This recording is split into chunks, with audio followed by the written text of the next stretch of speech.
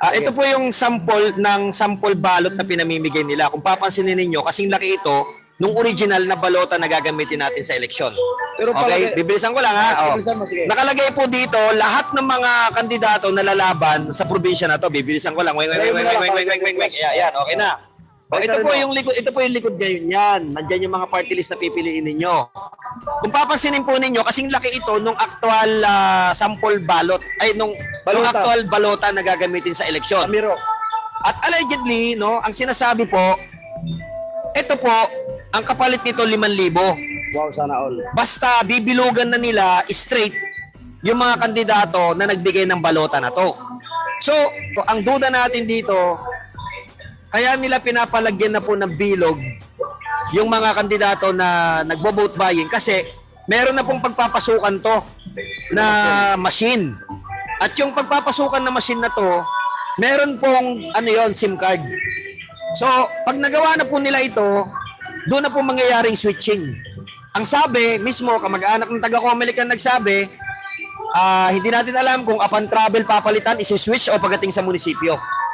So, dapat makita po ito, no? Dapat makita po ito ng Comelec. Dapat po itong issue na to makarating kay Respicia, kay Atty. Glenn Chong. Ito po yung sample balot na meron tayo sa mga team suka natin.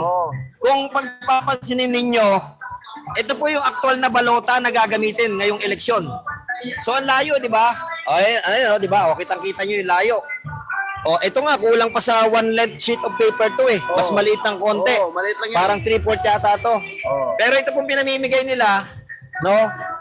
Balota na talaga to, partner. Balota na eh. At ang kapalit nito, 5,000, basta bilugan na daw yung mga kandidato. So, bakit mo i-required yung mga bibigyan mo ng 5,000? Ibig sabihin, kaya mo sila nire-required na bilugan na to kasi meron ka ng machine na pagpapasukan. Sample balot, bakit kailangan bilugan? Correct. Nagkamali yung nagbigay nitong na to eh, sample balot na to. Kasi maisog leader natin yung nagbigay nito sa Bataan.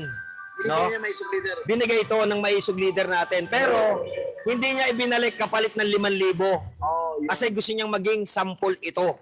Na ito pinamimigay. May nagbigay. And accordingly, may taga-Comelec na kamag-anak, alam niya yung magiging dayaan diyan sa probinsya na yan ng Bataan. No? Malamang hindi lang sa Bataan to. Buong Pilipinas yan. Malamang. Kasi tignan mo yung sa Davao, di ba may mga... Nakita mo sa OFW?